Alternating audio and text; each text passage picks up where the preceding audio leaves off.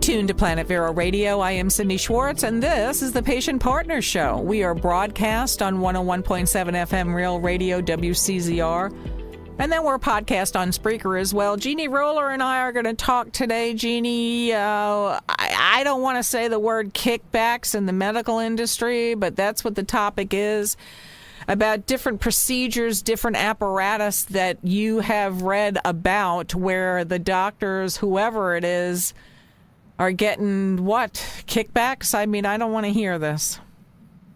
Right. There is an article making the rounds that Medtronic representatives allegedly groom vascular surgeons to place an inordinate number of devices for PAD in a legal kickback scheme at a veterans hospital, according to a whistleblower lawsuit.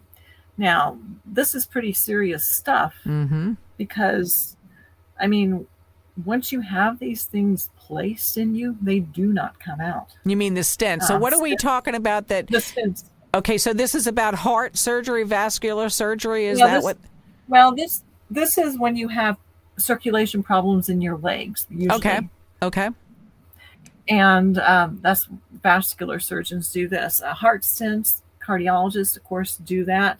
They're the same thing. There's been a big to-do about them. There's been several here in Indiana. There's several different practices that are currently under investigation for doing heart stents when they were not needed, and for doing numerous heart procedures, basically just for money. I know back several years ago, there was a cardiologist in Kentucky that was under investigation for doing heart stents for no reason. It is big money.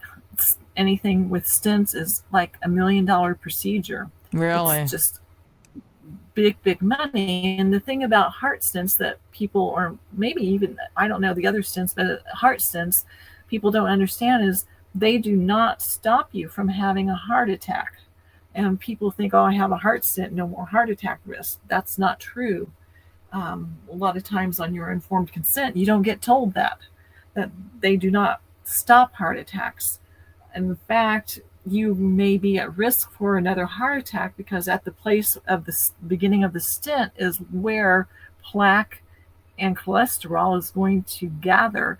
So you're on a regimen of lifelong drugs, and even then, stents probably have a 5 to 7 year shelf life of working, and then back in you go, and you get another stent on top of that stent to make that artery bigger because that stent has maybe closed up. Okay, so you're, let me just interrupt you for a second, Jeannie. So you're saying this as per your opinion and information that you've been given personally for different experiences that you've had, because we certainly aren't medical doctors, either one of us. We're not trying to say that we are.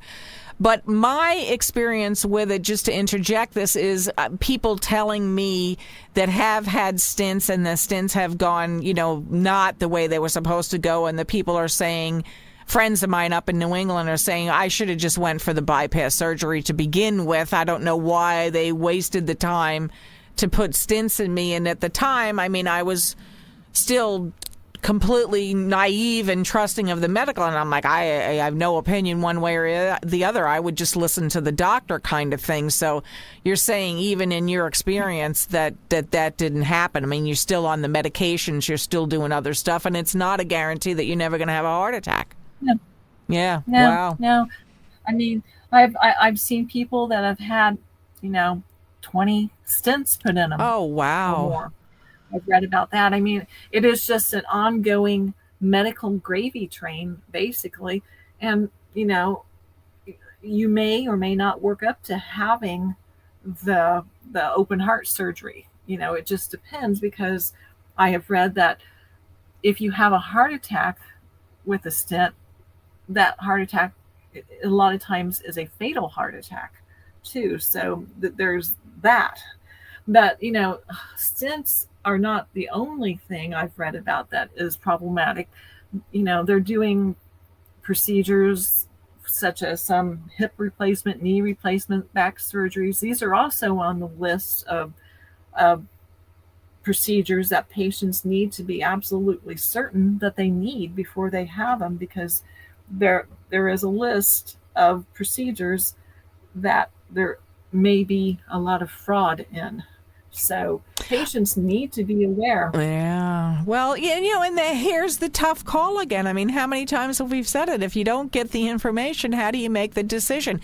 Get a second opinion, get a third opinion. I mean, a lot of it, if it's a serious operation, my experience with it is, and the insurance that I have will let you have a second opinion, and I'm thinking a third opinion, especially if it's that serious. Then that's what I personally would do, because anymore, I don't know. I've heard a lot and read a lot myself too about Stents being, coercing people into different things. My word, my opinion, for quite a few years. I mean, these people that I'm talking about that told me that in New England, it was probably in 2001, 2002, so 20-something years ago.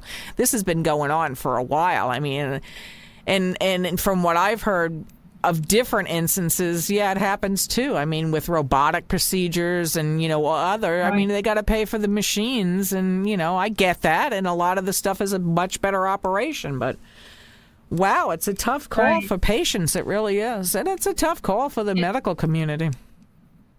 In my opinion, if you do get that second and third opinion, you get it yourself. You take your records, you get your records, you make that appointment. You don't go on a referral from the doctor who's wanting to operate on you. You find that person yourself, because you don't want to get into the thing where, I scratch your back, you scratch my back. So you find your own person. Agree. I totally agree. Yeah. You get your people, yeah.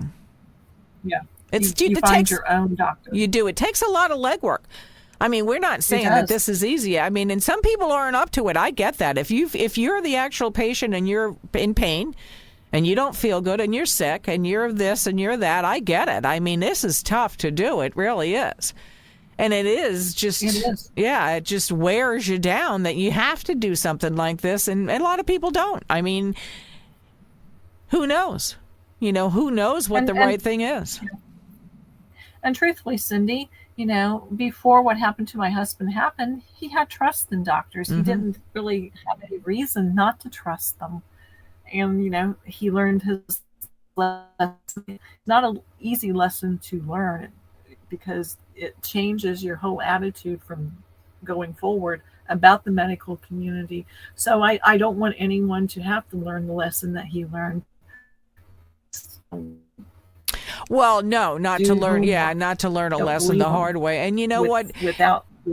Yeah, I cut you off. I interrupted you. But, right. I mean, and to keep being told that this didn't happen. I mean, and sadly, very, very sadly, there are so many cases coming forward of neglect, abuse, sexual assault, on and on and on. Please stop saying this isn't happening. It is happening.